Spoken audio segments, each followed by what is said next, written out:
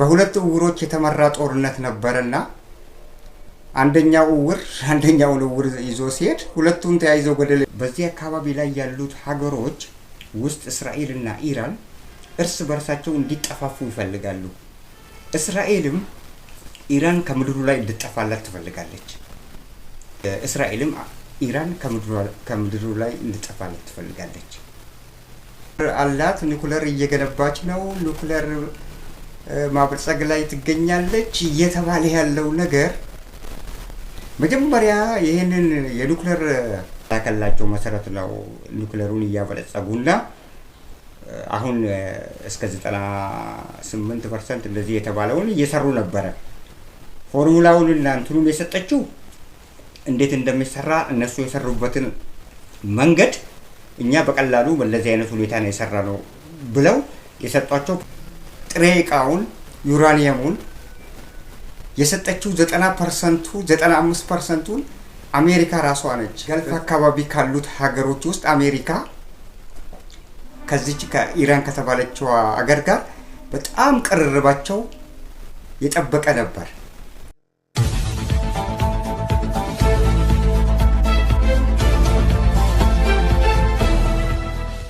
ጤና ይስጥልን፣ እንደምን አላችሁ ውድ አድማጭ ተከታታዮቻችን። ለዛሬ ያሉን መረጃዎች ይዘን ቀርበናል። በመካከለኛው ምስራቅ ያለው ሁኔታዎች ዛሬ ተባብሰዋል። በርካታ ሀገሮች በኢኮኖሚ እየወደቁ ነው።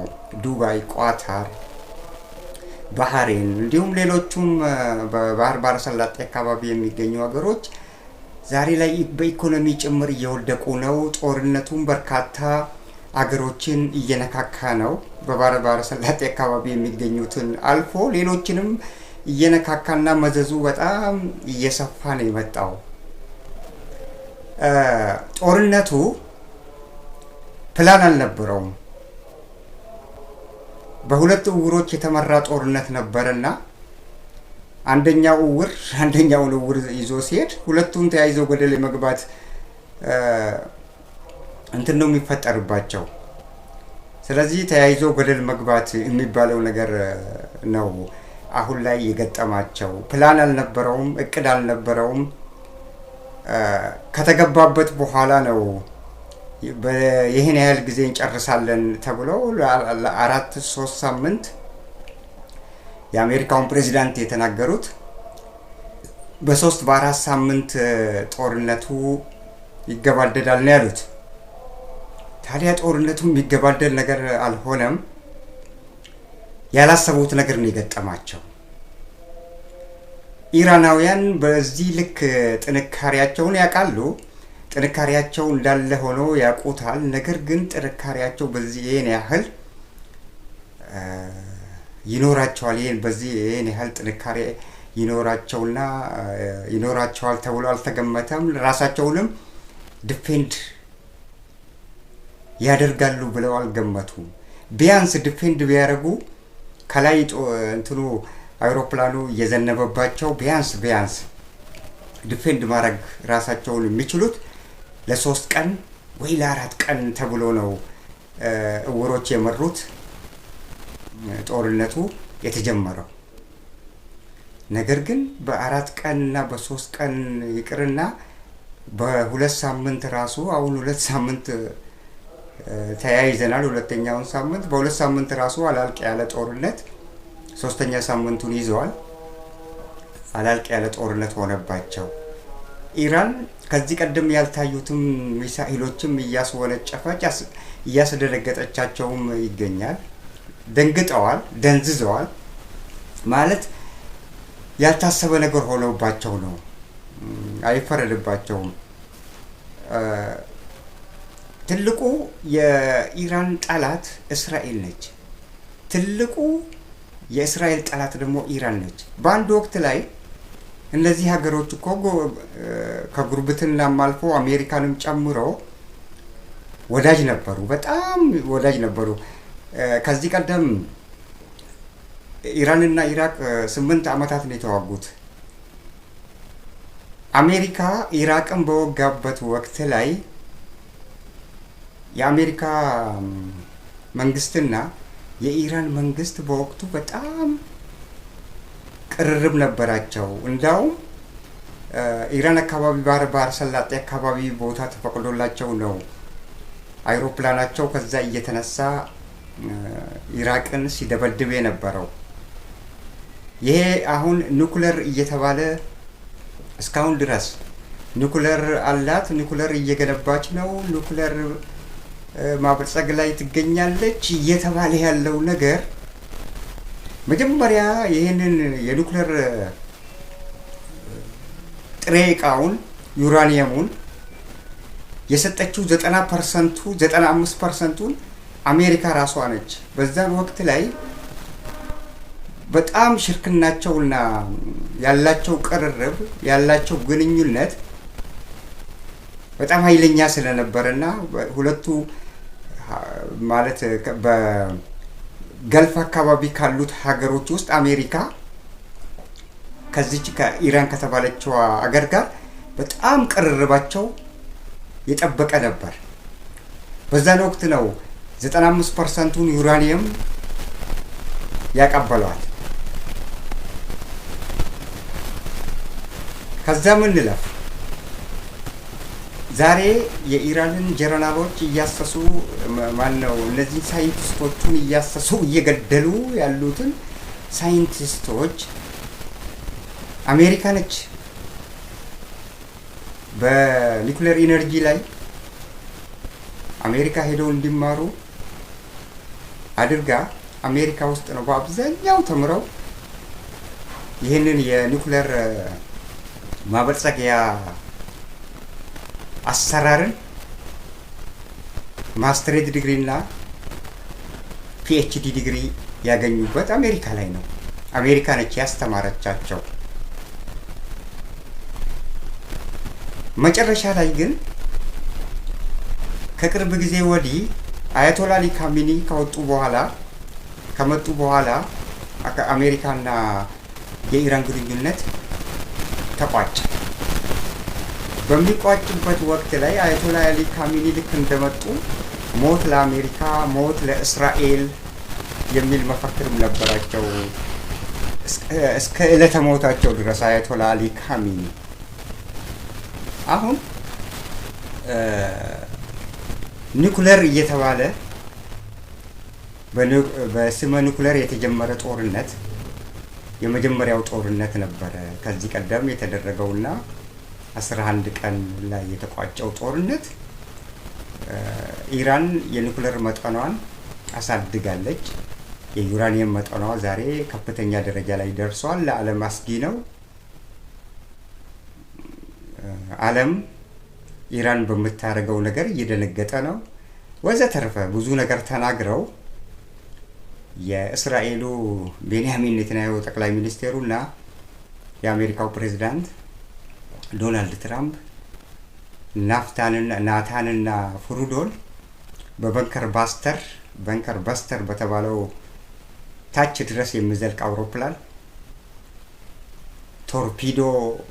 ቶርፒዶውን ላይ ነው የተጠቀሙት። በንከር በስተርን ተጠቅመዋል። በንከር በስተር ራሱ ዛሬ ኢራንን እየከሰሱና ኢራን ባሊስቲክ ሚሳኤሎችን በዓለም ላይ የተከለከለውን ባሊስቲክ ሚሳኤሎችን ትጠቀማለች እየተባለ ለዓለም ሕዝብ እየተነገረ እንዳትጠቀም እያወደምነው ነው እየተባለ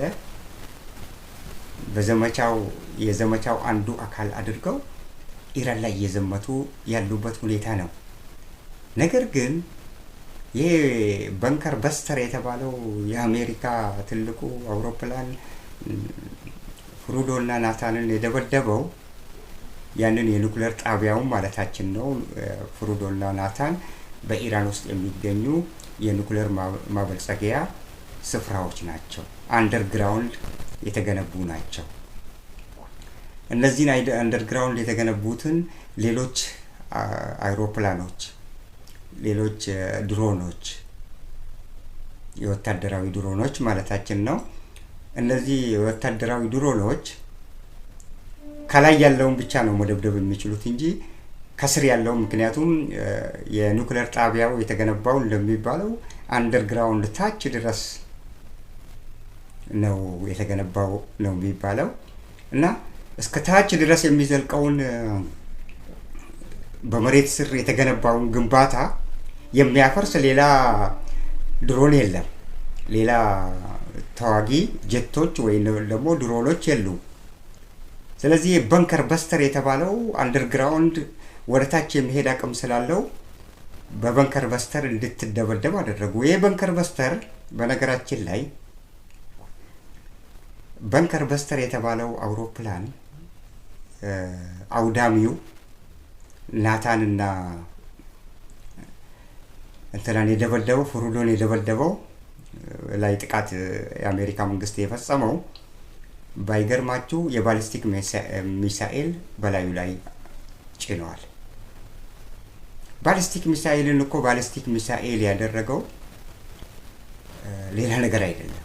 ባሊስቲክ ሚሳኤል እንዲሆን ያደረገው ሁሉም ሚሳኤሎች የራሳቸው የሆነ ጫፉ ላይ ዋርሄድ የተባለችው አቺ ሾጠጥ ያለችው ለዚህ ምትወጣዋ ጫፏ እዛ ላይ የሚጨመሩ ኬሚካሎች ጎጂ የሆኑ አውዳሚ የሆኑ ኬሚካሎች ነው የሚወስናቸው።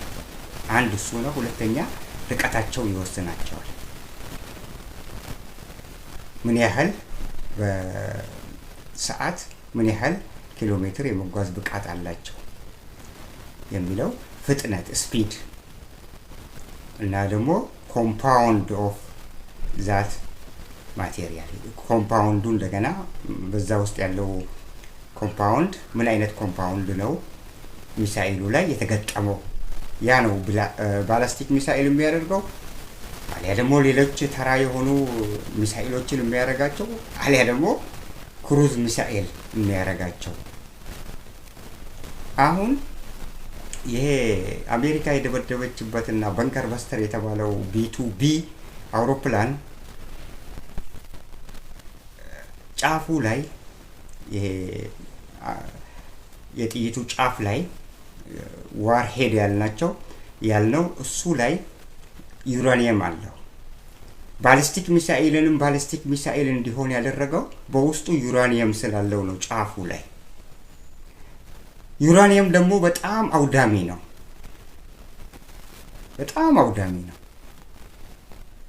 ስለዚህ ዛሬ ኢራን ይህንን ባሊስቲክ ሚሳኤል እየተጠቀመች ነው። ባሊስቲክ ሚሳኤል በዓለም ተከልክሏል። ክሩዝ ሚሳኤል በዓለም ላይ ተከልክሏል።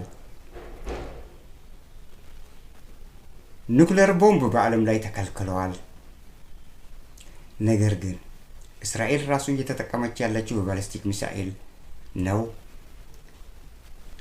እንደገና አሜሪካ እየተጠቀመች ያለችው አውሮፕላኖቹ የሚያራግፉት እዛ ኢራን ከተማ ላይ እስካሁኗ ደቂቃ ድረስ እያራገፉ የሚገኙት እያንዳንዱ አውሮፕላኖቹ የሚጥሉት ጥይቶች አውዳሚዎች ናቸው፣ ባሊስቲኮች ናቸው። ባሊስቲክ ባይሆኑ ጉዳት አያደርሱም ያን ያህል። ባሊስቲክ የሚባለው በጣም አውዳሚ ነው። የአሜሪካ ቦምብ ጣይ አውሮፕላኖች በአብዛኛው የባሊስቲክ ሚሳኤሎች ተሸካሚዎች ናቸው።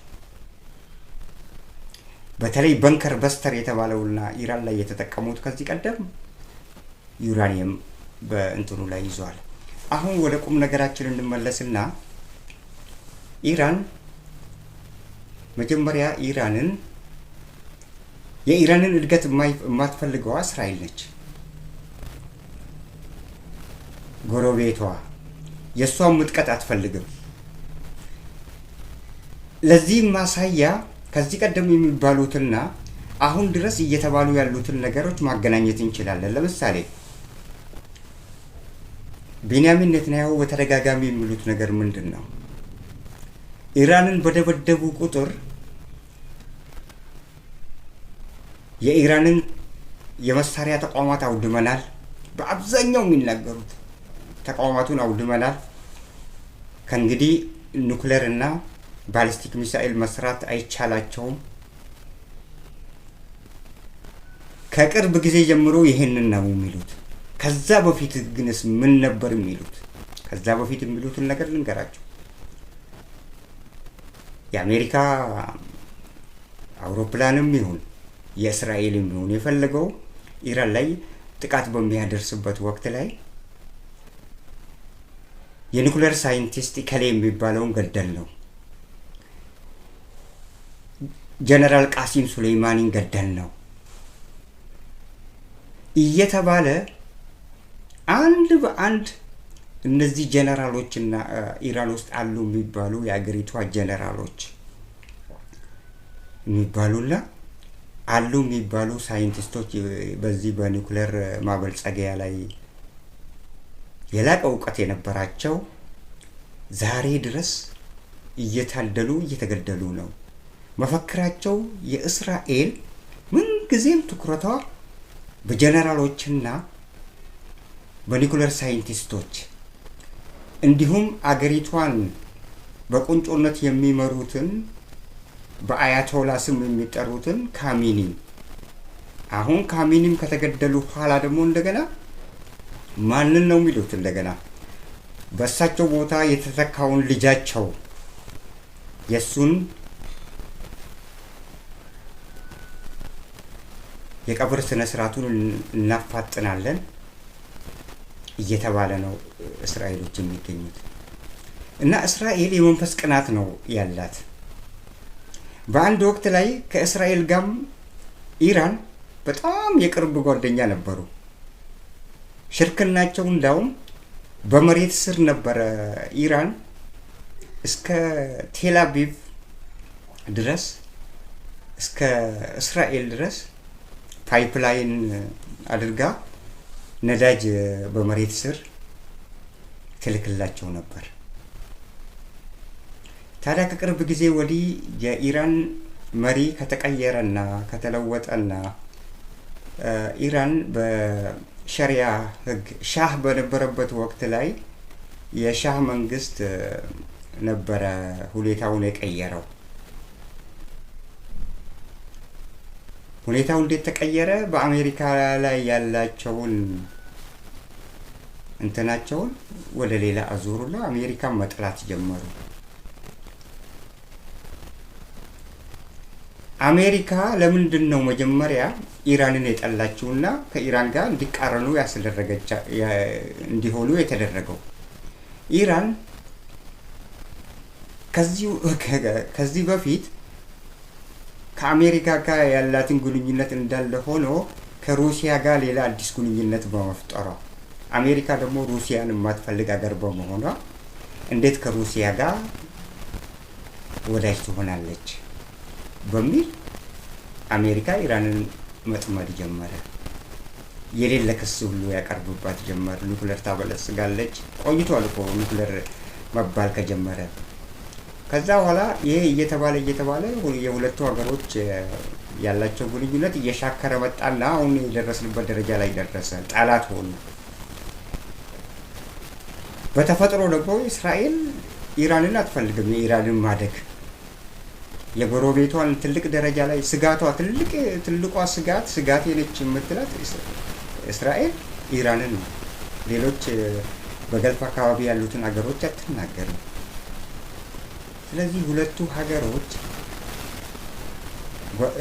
ሽርክናቸው፣ ወዳጅነታቸው እየላላ መጣ። ከአሜሪካ ጋር ያለውም እንደዛ እየላላ መጣ። አሁን በዚህ ጊዜ እስራኤል አጋጣሚውን አገኘች።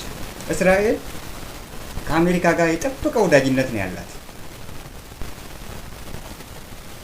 ኢራን የተባለችዋ ደግሞ ከሁለቱም ጋር የነበራት ግንኙነትና ወዳጅነት ሻክሯል። በዚህ ወቅት ላይ ይህንን አጋጣሚ ተጠቅማ እስራኤል እቺን ሀገር እንድትወድም ስለምትፈልግ ብቻ አሜሪካን አጋር አድርጋ እስራኤል ኢራን የምትሰራቸውን ነገሮች በመከታተል ለአሜሪካ መረጃዎችን ማቅረብ ጀመረች። ይህንን መረጃ የምታቀርበው ሆነ ብላ ኢራንን ለማጥፋት ነው። ለምንድን ነው ኢራንን የማትፈልጋትና ኢራንን ለማጥፋት የምትፈልገው? እስራኤል የግዛት ማስፋፋት ላይ በምታደርገው ትኩረትና በአንዳንድ በጋዛ ላይ በሚፈጸሙ ድርጊቶች ከዚህ ከሃይማኖት ጋር በተያያዘ ኢራን የእስራኤልን ግዛት ማስፋፋት አጥብቃ ታወግዛለች። አጥብቃ ደግሞ ትቃወምና እስራኤል የግዛት ማስፋፋቱ ወይ ደግሞ በጋዛ ህዝብ ላይ የሚያደርጉትን ድብደባዎችና ያላግባብ የሚደረጉትን ንጹሃን ግድያን ኢራን በጣም እየተቃወመች በርካታ ጊዜ በበርካታ ወቅት ላይ ሌሎች እስራኤልን እንዲያጠቁን ለሂዝቦላን አስታጥቃ በገንዘብ እየረዳች እስራኤል ላይ ጥቃት እንዲከፍቱ ታደርጋለች።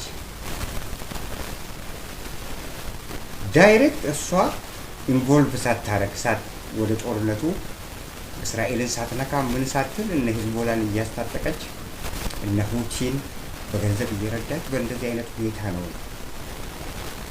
ኢራንም እስራኤል የምትባለዋ ከምድር ላይ ከካርታ ላይ አጥፋታለሁ። ምክንያቱም እስራኤል የተባለች ሀገር የለችም። እስራኤል እንዴት ግዛት እንዳስፋፉ እናውቃለን። እንዳውም ሌላ እስቲ እንንገራችሁ። እዚህ አረቡ አካባቢ ላይ እስራኤል ለወዳጅነት አንዳንድ የአረብ ሀገሮችን ሄዳ በምትጠይቅበት ወቅት ላይ ከአንቺ ጋር ስምምነት ለማድረግ አንቺ የዓለም አቀፉን ሕግ አሟልተሽ ስለማትሄጂ መጀመሪያ ወደ ነበርሽበት ግዛት ከማስፋፋትሽ በፊት ወደ መጀመሪያ የነበርሽበት ድንበር ላይ ተመለሺና ከዛ ሽርክና ማለት ወዳጅ እንሆናለን። ነገር ግን የዓለም አቀፉን ሕግ እየጣሽ የሰው ክልል ውስጥ ገብተሽ ግዛት እያስፋፋሽ ከህገ ወጥ መንግስት ጋር ወዳጅነት አንፈጥርም ብለው ነው እስራኤልን በአብዛኛው የአረብ ሀገሮች አይቀበሏቸውም። እና ኢራን ደግሞ ወዳጅነታቸው ሻክረዋል። ወዳጅነታቸው ከሻከረ በኋላ እስራኤል የምታረጋቸውን ነገሮች ነው ኢራን በጣም የምትጠላው። እስራኤል ደግሞ ኢራን የምትሰራቸውን በእውቀት የምትሰራቸውን ሁለት ደግሞ እነ ሁቲን እነ ሂዝቦላ የተባሉትን በማስታጠቋ በዚህ ምክንያት እስራኤልም ይሄንን ነው ከኢራን የምትጠላው።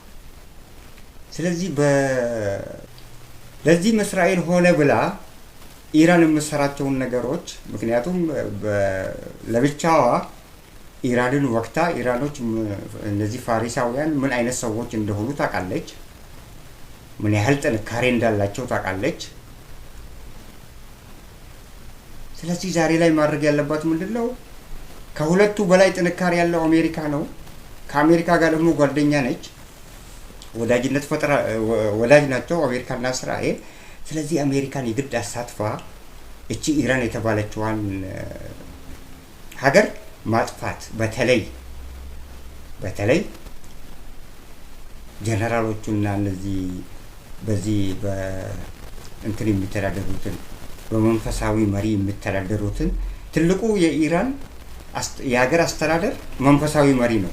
ወታደሩን የሚቆጣጠር ወታደሩን የሚያዝ መንግስትን የሚያዝ ሁሉንም ነገር ፈላጭ ቆራጩ እሱ ነው። ስለዚህ ይህንን ነው ማትፈልገው እስራኤል ደግሞ ይህንን ማውደም ነው የምትፈልገው። እነዚህን ማጥፋት ነው የምትፈልገው። መጀመሪያ ላይ ጦርነቱ የተጀመረው ያኔ ኑክሌር ተብሎ ነው። ኑክሌርም የሰጠችው አሜሪካ ነች ብለናል። ከዛ በኋላ ኑክሌሩ ከፓኪስታን ነው ያገኙት እንዴት እንደሚሰራና ፓኪስታን ኑክሌር ሰርታለች። ፓኪስታን አላት። ፓኪስታኖች ቀመሩንና ፎርሙላውን እንዳለ እነሱ በሰሩበት አካሄድ የሰሩበትን ፎርሙላና ሁሉ ነገሩን ለኢራን ልኳላቸዋል። በዛ በተላከላቸው መሰረት ነው ኑክሌሩን እያበለጸጉና አሁን እስከ 98% እንደዚህ የተባለውን እየሰሩ ነበረ። ፎርሙላውን እና እንትኑን የሰጠችው እንዴት እንደሚሰራ እነሱ የሰሩበትን መንገድ እኛ በቀላሉ በእንደዚህ አይነት ሁኔታ ነው የሰራነው ብለው የሰጧቸው ፓኪስታኖች ናቸው። ከዛ በኋላ ፓኪስታን ይህንን ማድረጓ ሲሰማ ደግሞ አሜሪካ ፓኪስታንን ጠላት አደረገች። በአንድ ወቅት ላይ ፓኪስታን እኔ አይደለሁም እስከ ማለት ደረጃ ደረሰች። ያው እና በእንደዚህ አይነት ሁኔታ አሜሪካ መጀመሪያ ጥሬ ዕቃውን የሰጠችው ዩራኒየሙን አሜሪካ ራሷ ነች 95%ን የሰጠችው። ታዲያ ምን ይፈልጋል? 95% እኮ ተሰጠ ማለት ዩራኒየም አለቀ እኮ በቃ።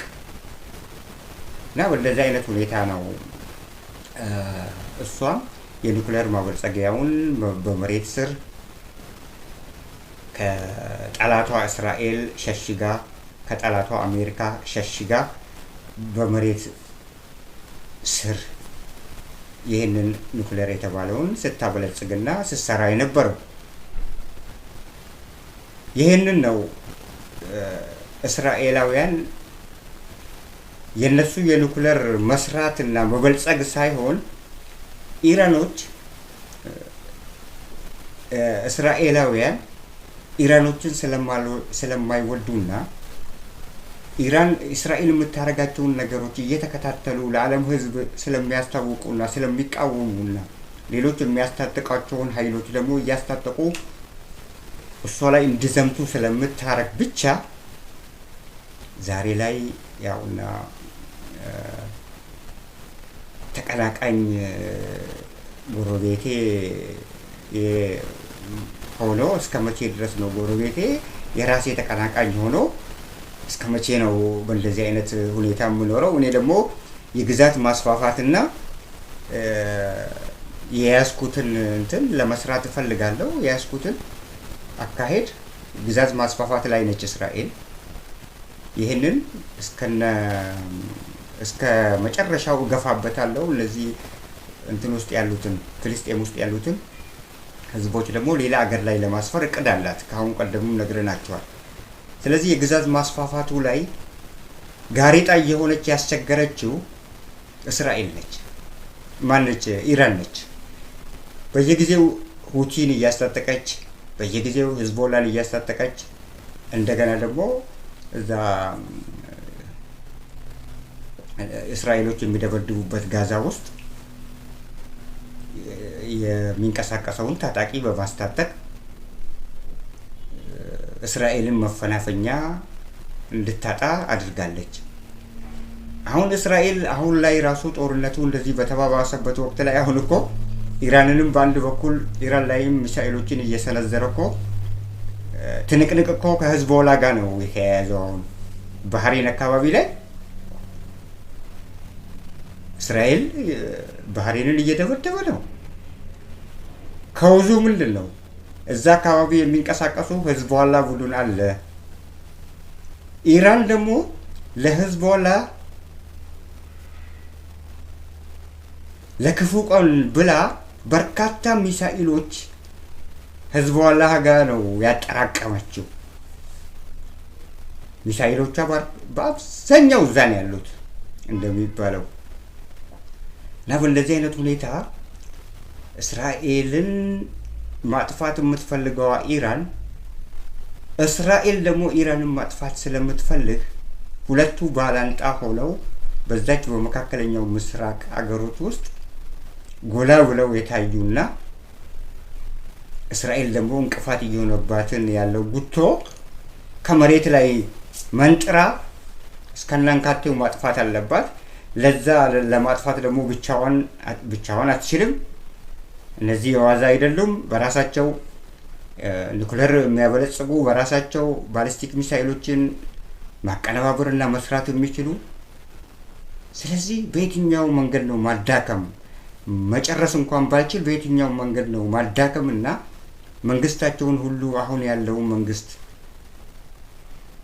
የኔን ታክቲክ እና የኔን አካሄድ ነቅቶብኝ እኔ እንዳልንቀሳቀስ እንዳልፈናፈን ያደረገኝ ይህንን መንግስት አጥፍቼ ሌላ መንግስት እንዲመሰረት አደርጋለሁ ነው ሀሳባቸው። ምክንያቱም አንድን ህዝብ ከነ መንግስቱ ጠቅላላ ጨርሰ ያቺን አገር ባዶ ማድረግ አትችልም። 1000 ዓመት ብትዘምት አትችልም። ስለዚህ አማራጩ ምንድነው? እነዚህን አሁን በስልጣን ላይ ያሉትን በአያቶላ አሊ ካሚኒ የሚመሩትን እስከናንካቴው ከመሬት ላይ መጨረስ ነው ያለው ፍላጎት። ለዛ ደግሞ አሜሪካ መተባበር አለባት። አሜሪካ ለመተባበር ደግሞ አሜሪካ መረጃና ማስረጃ የግድ ይኖራት ይገባል። አሜሪካ እንደዚሁ እብድ አይደለችም። ከመሬት ተነስታ አንድ ነገር አትወርም። ይህንን ለማድረግ ደግሞ እስራኤላውያን ሌት ተቀን በኢራን ኢንተርኔትና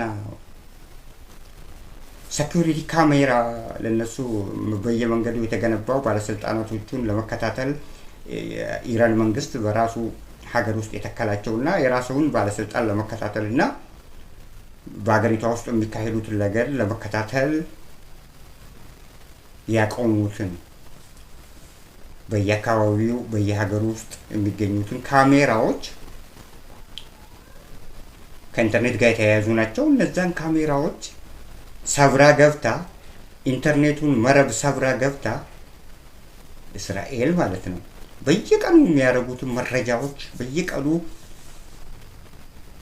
የኒኩሌር ጣቢያ ሰራተኞች የሚያስተላልፉትን ኢንጂነሮቹ የሚያስተላልፉትን መረጃዎች ይሄን ያህል ዛሬ ተሰርቷል እየተባለ በየቀኑ የሚደርሰው መረጃ እስራኤል ሰብራ ገብታ የእያንዳንዱን ባለስልጣናትና የእያንዳንዱን ጀነራሎች የእያንዳንዱን በመሪነት ያሉትን ጠባቂዎችን ሳይቀር ስልካቸውን ጠልፋ እያንዳንዱን ኢንተርኔታቸውን ሰብራ ገብታ እያንዳንዳቸውን ውሏቸውንና የሚያስተላልፉትን የሚነጋገሩትን የሚያደርጉትን በጠቅላላ እስራኤል መረጃዎች እሷ ጋር ነው ያለው።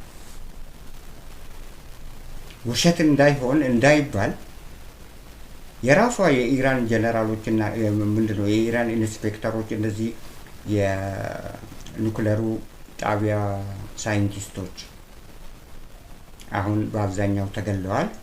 እነሱ የሚያስተላልፉትን መረጃ እዚህ ጋር ማወቅ ያለባችሁ ነገር የእያንዳንዱን ጀነራሎች ስልካቸውን ከነቁጥራቸውና ኢንተርኔት ሲጠቀሙ አብረው ነው የሚጠቀሙት። የእያንዳንዱ መረጃ ኮምፒውተር ሲጠቀሙ የእያንዳንዱ መረጃ እስራኤል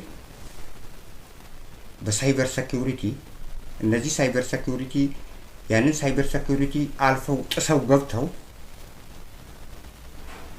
የእያንዳንዱን ባለስልጣን የሚያስተላልፈውን ዛሬ ይሄን ያህል ሰራን ኒኩሌሩን ይሄን ያህል ደረጃ ላይ ደርሰናል ብለው የሚያስተላልፉትን መረጃዎች ለሀገሪቱ መንግስት የሚያስተላልፉትን ሪፖርት በየቀኑ እስራኤልም ከነሱ ጋር ታያለች። እዛ ትልቁ የኢራን ግድፈታቸው ትልቁ የተሳሳቱት እስከዛሬ ድረስ እየተጠቁ ያሉት በምን እንደሆነ አያውቁትም። እየተጠቁ ያሉት በሳይበር ሴኩሪቲ በኢንተርኔት የሚደረገው ሌብነት ወይ ደግሞ ኢንተርኔት ስካም ነው እየተጎዱ ያሉት። ኢንተርኔቱን ጥሰው ይገባሉ። እያንዳንዱ መረጃ ኢራን የምትሰራቸውንና በቪዲዮ ካሜራዎቹ የተቀረጹትንና ለመንግስት የሚተላለፉትን መረጃዎችን እያንዳንዱን ያውቃሉ። እነዚህ ጠባቂዎቹ ደግሞ የሚንቀሳቀሱበት ቦታ ለዚህ ነው በየጊዜው እኮ ይሄዱ ቀጥታ ሲደበድቡ የፈለጉትን ጀነራል ለመግደል እዛው ላይ ነው የሚጥሉት። ለዚህ ነው በኢንተርኔት ኢራናውያን ደግሞ አልገባቸውም። ከዚህ ቀደም እስራኤል በሞሳድ ማለት ኢንተርኔት ባልነበረበት ወቅት ላይ ሞሳድን እየተጠቀመች ነበረ። ወደ ኢራን ልካ በድብቅ መረጃዎችን ሰብስበው መረጃዎችን ያስተላልፉ ነበር። የሆነ ማሽን ነበራቸው። አንድ ሊባኖን ውስጥ ነው ቤት ውስጥ የተያዘ የእስራኤል ሰላይ በአንድ ወቅት ላይ ሊባኖኖች ደርሰውበት ይህን ነገር ሰውየው መሳሪያ ደቅነውበት እንደዛ ይሰራባቸው የነበራቸውን የእስራኤል እንትኖችንም ከእስራኤል ጋር ግንኙነት ያለውን ያ መሳሪያ ተቀብለው እንደዛ ያንን ሰውዬ በስቅላት ነው ሊባኖን በስቅላት በሞት ስቅላት ነው የሞት ፍርድ የተፈረደበትና ያንን ሰውዬ ያስወገዱት። በእንደዚህ አይነት ሁኔታ በሞሳድ ነበረ በርካታ ብር ተከፍሎት የሞሳድ ቅጥረኛ መጀመሪያ ኢንተርኔት ከመምጣቱ በፊት በእንደዚህ አይነት ሁኔታ ኢራን ውስጥ እየተሰማሩ ኢራንን ይሰልሉ ነበረ። ይሄ ኢንተርኔት ከመጣላቸው በኋላ ግን ሁሉ ነገር አልጋ ባልጋ ሆነላቸው። እስራኤልን ማለች ኢራንን እንደ ልባቸው የሚሰልሉበትና ሞሳዶች ቁጭ ብለው ቤት ውስጥ እያንዳንዱን የቀን ውሎ ሪፖርቶችን ኢራን ውስጥ የሚደረገው የአሜሪካ መንግስት ያውቃል። ይሄንን መረጃ ነው እንግዲህ ዶናልድ ትራምፕ ይሄው ውሸት እንዳይባል ይሄው ሲአይኤ ደግሞ ተከታትሎ ሲያየው እስራኤል የምታቀርባቸው በኢራን ጉዳይ ላይ ትክክለኛና ምንም ስህተት የሌላቸው መሆናቸውን ሲአይኤ ያረጋግጣል። በዚህ ጊዜ ሲአይኤ ያረጋገጠውን የአሜሪካ መንግስት ምን ይጠብቃል? ምክንያቱም መረጃ ቀርቦለታል በእስራኤል በኩል። ስለዚህ ኢራን መወጋት አለበት በተባለው ወቅት ላይ መወጋት አለባት። ዛት ኦል ያለ መረጃ አይደለም ማለታችን ነው። ይሄን ሁሉ እስራኤል ሌት ተቀን እንቅልፋታ ነው ተከታትላ የሷን ተቀናቃኝ ጎረቤቷን ማጥፋት ስለምትፈልግ ለማጥፋት ደግሞ ዘዴ ተጠቅማ እሷን ሰልላ ትክክለኛ ማስረጃና መረጃ አቅርባ ለአሜሪካ ከሷ ጋር አጋር ሆኖ ኢራንን እንዲደበድብ ለማድረግ የታቀደና የታለመ ሸፍጥ ነው። በዛ ምክንያት ነው ዛሬ አሜሪካ እስራኤልን አግዛ ኢራንን እየደበደበች የምትገኘው። መጀመሪያ ላይ ኑክሌር ብለው ነበር፣ አሁን ባሊስቲክ ሚሳኤሎች ነው ያሉት። ትኩረታቸው የባሊስቲክ ሚሳኤል ማውደሚያ መስሪያ ቦታ አይደለም። የሚደበድቡት ያንን ቦታም እየደበደቡ እንደገና እስራኤል ጀነራሎቹና ሳይንቲስቶችን ትደበድባለች። አሜሪካ ግን ተቋማት ላይ ያነጣጠረ ጥቃት ነው የምታደርገው። እስካሁን ድረስ አሜሪካ በጀነራሎችና በምናምን ግድያ ላይ አይደለም የተሳተፈችው። እንትናም ብቻ ሲገሉ አያቶላ አሊ ካሚኒን ሲገሉ አሜሪካ ተሳትፋ እሳቸውን አጠፋቸው እንጂ አሜሪካ ትኩረት የምታደርገው ተቋማት ላይ ነው። እነዚህ መሳሪያዎች የሚሰሩበት ኑክሌር ጣቢያ የሚበለጽግበት እዛ ላይ ትኩረት ስታደርግ፣ እስራኤል ደግሞ በጀነራሎችና በአገሪቷ አሉ የሚባሉ ሳይንቲስቶች ላይ በእንደዛ አይነት ነው እስራኤል የልቧን እያገኘችና ዛሬ ያው አልቻለችም እንጂ ሬጂም ቼንጅ እያሉ ነው እስካሁን ድረስ። ጦርነቱን ከጀመሩ በኋላ እኮ አሜሪካም ዊ ዋንት ሬጂም ቼንጅ ነው ያሉት። የምንፈልገው የመንግስት ለውጥ ነው። ታዲያ የመንግስት ለውጥ ነው የሚፈለገው ከተባለ እስቲ ይሄን ነገር ይዩት። የመንግስት ለውጥ ይፈለጋል ከተባለ አያቶላ አሊ ካሚኒ ናቸው መንግስት የሚባሉት። ፕሬዝዳንቱ ለስም ነው የተቀመጡት። አያቶላ አሊ ካሚኒን ሆነ ብለው ገደሏቸው አይደለ? ከዛ በኋላ አገሪቷን የሚመራና ጀነራል እንትኖችን የሚመራ የጦር ኃይሉን የሚመራ ኃይል መኖር አለበት። ስለዚህ ወዲያውኑ እነሱ ደግሞ የአያቶላን ልጅ መረጡ። መንግስት ተቀየረ አልተቀየረም፣ የትኛው መንግስት ለውጥ ነው አሁን የሚፈለገው? አሁን እኮ የሚሉት በህዝብ የተመረጠ መንግስት ነው ይህንን መንግስት ገርስሰን በህዝብ የተመረጠ መንግስት ነው ለኢራን ምን እንትን ምንላት ብለዋል። ይሄ በህዝብ የተመረጠ ሲባል አሜሪካ ከዚህ ቀደም ኢራቅን ስትደበድብ በነገራችን ላይ እስቲ ወደዛ እንሂድና ስትደበድብ በርካታ ሳዳም ሁሴንን ይቃወሙ የነበሩ በደቡብ አካባቢ የነበሩ የኩርድ ህዝቦች ነበሩ። እነሱ ናቸው ማዕበሉን የቀሰቀሱት ከአሜሪካ ጋር ጥምረት የፈጠሩትና መንግስትን ማውገዝ የጀመሩት። ስለዚህ ከላይ ያለው የሚደበድበው እንደዚህ አይነት ኃይል ድጋፍ ከውስጣቸው የሚያገኝ ከሆነ የመደብደብና የመንግስትን የመገልበጥ አካሄዱ በጣም ቀላልና አልጋ ባልጋ ይሆንለታል። ነገር ግን ይህንን እንዳያረግ ኢራን ውስጥ ምንም አሉ የኢራን ህዝብ ምንም እንኳን ዛሬ መንግስታችን ብንጠላውም ከጠላት ጋር አብረን ዛሬ ከጠላት ጋር አብረን በፍጹም መንግስታችንን አንወጋም ነው ያሉት። ዶናልድ ትራምፕ በተደጋጋሚ ሙከራ አድርጓል የኢራን ህዝብ እንዲነሳሳ። የኢራን ህዝብ ወይ ተጨቆነሃል፣ እኔ እያየው ነው፣ ተጎድተሃል፣ ተነስ፣ እስከ መቼ ነው እኔ ከላይ ደበድብላለሁ፣ ተነስ፣ እስከ መቼ ነው የምተኛው ብሎ በተደጋጋሚ ቢጠይቃቸውም ከጠላት ጋር የራሳችንን መንግስት አንወጋም እምቢ አሉ። በዛ ምክንያት ሬጂም ቼንጁ በቀላሉ አልጋ ባልጋ ልክ እንትን ላይ እንደሆነላቸው ኢራቅ ላይ ከዚህ ቀደም እዚህ ላይ ግን አልሰራ አለ። የቬንዙዌላም እኮ ተቃዋሚ ኃይል ስላለ ነው ቬንዙዌላ መንግስት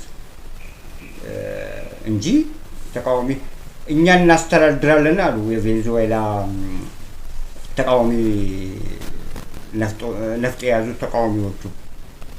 ይሄ መንግስት ጎድቶናል፣ እኛ እናንተ በምታረጉት እንትን እኛ ከውስጥ መፈንቅለ መንግስት እንቀሰቅስና ከዛ አገሪቷን ማን ነው የሚመራው ብሎ አሜሪካ ጠየቃቸው። እኛ አመራለን ብቃቱ አለን ብለው ነው በተቃዋሚ ኃይል እገዛ የቬንዙዌላን መንግስት ይዘው አሜሪካ ወሰዱት።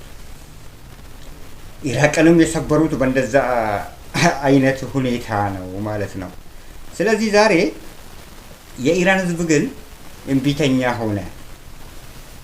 አይናችን እያየ ጆሮአችን እየሰማ እኛ ዛሬ ላይ የራሳችንን መንግስት ከጠላት ጋር ወግነን አንወጋም፣ ተቃውሞ አንወጣም ብለው እንጂ አሉ እንጂ እንደተባለው እነሱ እንዳቀዱት እናንተን በአንድ ሳምንት ይጠናቀቅ ነበር። ልክ ሳዳም ሁሴንን እንዳረጉት ኒኮላስ ማዱሮን እንዳረጉት ቬንዙዌላ። ዛሬ ያልተቻላቸው የኢራን ህዝብ እምቢተኛ በመሆኑ ነው። አሁን ጦርነቱ ቀጥለዋል። ዛሬ ይሄ አሜሪካ አውሮፕላን ለሌሎች ተዋጊ ጀቶች በአየር ላይ ሆኖ ነዳጅ የሚሰፍርላቸው ወይ ደግሞ ነዳጅ የሚቀዳላቸው C135 የተባለው የነዳጅ ታንከርን የተሸከመ አውሮፕላን ኢራቅ አካባቢ ላይ አፈርድሜ በልተዋል። በራሱ ስህተት ነው የተከሰከሰው አሉ። ኢራን ይህን ያህል ብቃት አላት እኮ ላለ ማለት ነው። የአሜሪካንን ተዋጊ አየር ከዚህ ቀደም የጣለ አንድም ኃይል የለም። በተለይ ይሄንን ነዳጅ በአየር ላይ የሚቀዳላቸውን ማንም ተናክሎት አያውቅም፣ ማንም ነክቶ ወይ ደግሞ ጥሎት አያውቅም። ኢራን የመጀመሪያው ሀገር ነች ይህንን ስትጥለውና ስታወርደው እና በራሳችን ቴክኒክ ብልሽት ነው ደቡባዊ ኢራቅ ላይ የተከሰከሰው አሉ። ነገር ግን የኢራን ባሊስቲክ ሚሳኤሎች ናቸው 3-4 በአንድነት ከዛ ከኢራን ተለቀው አየር ላይ ቀለበሱትና ጣሉት። ከዛ በኋላ አሜሪካ ኢራን ይሄን በዚህ ደረጃ እንደዚህ የተጋነነላት ሀገር ነች እንዳይባልና የደረሰችበትን የምጥቀት ደረጃ ላለመግለጽና እጅ ላለመስጠትና አንዳንድ ጊዜ እኮ ጠላት ምንም ቢሆን ለፖለቲካ እንኳን የፈለከውን ብትናገር ጠላት እኮ አንድ ጀብዱ ነገር ሲሰራ እኮ ማድነቅ አለብህ። አድናቆቱም የለም ምንም አይነት ነገር የለም። በቃ የተባለው የንን አሜሪካ አየር ኃይል የጣለው በራሱ ቴክኒካል ብልሽት ነው አሉና እንደገና የኢራቅ መንግስት ተጠያቂ ነው አሉ። ታዲያ በራሱ ቴክኒካል ብልሽት ቴክኒካል ፌይለር ከወደቀ ከተከሰከሰ የኢራን ባሊስቲክ ሚሳኤሉ ጥቃት ካልከሰከሰው የኢራቅ መንግስት ተጠያቂ የሚሆንበት ምክንያት ታዲያ ምንድን ነው? ገባችሁ? የኢራቅ መንግስት ተጠያቂ ያደረጉት አሁን ለምንድን ነው? ከኢራን ጋር ተመሳጥረው በውስጣቸው እነዚህ ኩርዶች ውስጥ ያለ ኃይል ከኢራን ጋር ምስጢር ያለው ኃይል አለ በመንግስት ውስጥ የተሸሸገ ይሄኛው አካል ነው ያስመታው ለማለት ነው እንጂ መንግስት ለምን ተጠያቂ ይሆናል? በራሱ ጊዜ የተከሰከሰን በቴክኒካል ፌይለር የተከሰከሰን አውሮፕላን አስጠግቶ የረዳ ሀገር ቦታ ሰጥቶ ወታደሮች የሚሰፍሩበት ቦታ ሰጥቶ በሰላም እንድትኖር እንደገና ኢራንን እንድትደበድብ ይሄንን ሁሉ እንትን ሰጥቶ አልጋ ባልጋ ያደረገልህን ያመቻቸልህን ሀገር እንዴትስ ዛሬ አንድ አውሮፕላን ተከስክሶ ተከሰዋለህ? ኖ ዌይ። ነገር ግን አውሮፕላኑ ፌይለር ነው አሉ፣ መንግስትንም ተቹ። ነገር ግን አውሮፕላኑ የተከሰከሰው በኢራን በተወነጨፈ ሚሳኤል መሆኑ ደጋግመን እንናገረዋለን። እውቅና ላለመስጠትና አድናቆት ላለመስጠትና ዛሬ ኢራን የደረሰችበትን ደረጃ ላለመግለጽና እንዴት ነው የበላይነትን ራሳቸው ብቻ አሜሪካ ሀያልነቷን የበላይነቷን ትፈልጋለች። በሚድል ኢስት ደግሞ ሀያልነቷንና ታላቅነቷን አፈርጥማ ለመገኘት የምትፈልገው ኢራን ነች፣ አንዷ እስራኤል ነች። ሁለቱ በሚያደርጉት ፉክክር ነው አሁን ለዚህ ጦርነትም የገቡት። ኢራን ግን አትተናከስም። ኢራን ታስታጥቃለች፣ እነዚህን ሁቲን ሌሎችን እነ ሂዝቦላን ታስታጥቅና ስራውን ትሰራለች። ነገር ግን እስራኤል ኢራን የምትሰራቸውን ነገሮችም እያዩ ትንኮሳ እየፈጸሙባት እየደበደቡ አሜሪካን ይቀሰቀሱባታል። አሜሪካ ደግሞ ያለ መረጃና ማስረጃ አንድ ጦርነት ውስጥ አትገባም። እንደገና እስከ ዛሬ ድረስ እስካሁን ድረስ ደቂቃ ድረስ እየወደሙ ያሉት ንብረቶች አሜሪካ ከዚህ ቀደም እንዳየነው ኢራቅንም ስትደበድብ እያንዳንዱን ጥይት ከጥይት አቅም ካልኩሌት አድርጋ ነው ሳዳም ሁሴንን ከገረሰሰች በኋላ አንድ በአንድ ነዳጁን እየወሰደች ያንን ያወጣችውን ወጪ አገሪቷን ለመደብደብ እና መንግስቱን ለመገርሰስ ያወጣችው ወጪ እያንዳንዱን ከጥይትና ከአውሮፕላን ቁምቡላዎች ሁሉም አንድ ላይ ተደማምሮ ወስዳለች። የአሁኑ ሂሳብ ሚስካልኩሌሽን ሆኖ የገቡበት ጦርነት ስለሆነ በዛን ወቅት ላይ ጆርጅ ቡሽ ካልኩሌት አድርገው በሄን ያህል ቀን መጠናቀቅ አለበት ብለው ካልኩሌት አድርገው፣ ምክንያቱም የዛን ወቅት ላይ ሳዳም ሁሴንን የሚቀናቀኑት ኩርዲስታኖች ነበሩ ከአገር ውስጥ የሚነሱ ማዕበል። ዛሬ ግን ከኢራን የሚነሳ ማዕበል ስለሌለ የግድ ካልኩሌት ተደርጎ በይሄን ያህል ቀን በዚህ ያህል ቀን ጦርነቱ ይቋጫል ተብሎ የሚሰጥ ድምደማ የለም። ዶናልድ ትራምፕ 2 3 4 ሳምንት ሊፈጅ ይችላል ነው ያሉት። ሜይቢ ከዛ በላይም ሊሄድ ይችላል ነው። ይሄ ለዚህ ነው ሚስካልኩሌሽን የምንለው። ጦርነቱ ሚስካልኩሌሽን ነው፣ ያልታቀደበትና እቅድ ያልወጣበት በእስራኤል ግፊት የተገባ ጦርነት ስለሆነ የሚያልቅበትን ቀንና ምን ለማድረግ እንደሚፈልጉ ራሱ በግልጽ አይታወቅም። ምን ለማድረግ እንደፈለጉ አሁን መጀመሪያ ኑክሌር አሉ፣ ከዛ ባሊስቲክ ሚሳኤል አሉ፣ ከዛ ሬጂም ቼንጅ አሉ። ቀን በቀን እንትን ሬጂም ቼንጅ፣ መንግስቱ መገርሰስ አለበት አሉ። መጨረሻ ላይ መንግስቱም አልተገረሰሰም፣ መንግስት ግን ሞተዋል። አገሪቷን በመሪነት የያዙት በሃይማኖታዊ አመራር የሚመሩት አያቶላ አሊ ካሚኒ ተገደሉ። አያቶላ አሊ ካሚኒ ተገለው ግን የእሳቸው ልጅ ነው የተተካው። አልሸሹም፣ ዞር አሉ። ስለዚህ የትኛው መንግስት ነው አሁን የሚቀይሩት? የትኛው መንግስት ነው የሚቀየረው? እዛች አካባቢ ላይ ያለውን ሁኔታ ለማባባስ እና ወደ ሌላ የማይፈለግ ደረጃ ለማድረስ ካልሆነ በስተቀር አሁን ሆርሙዝ የተባለውን ዛሬ የአያቶላ ልጅ በአዲስ የተሰየመው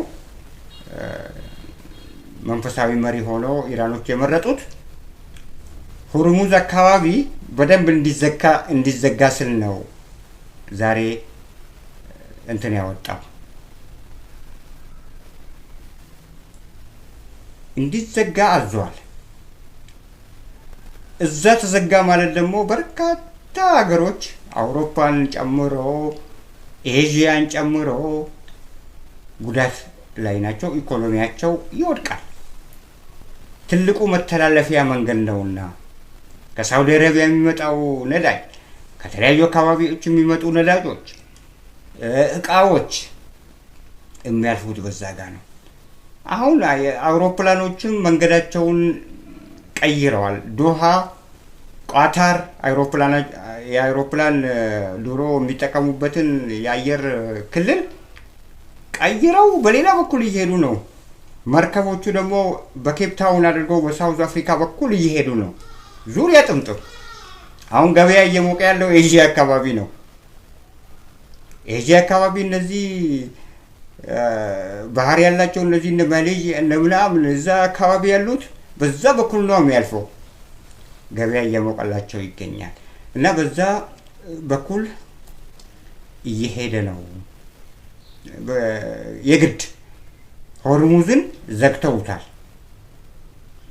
አሜሪካ ደግሞ ድብደባ የምታካሄደው ማን ላይ ነው?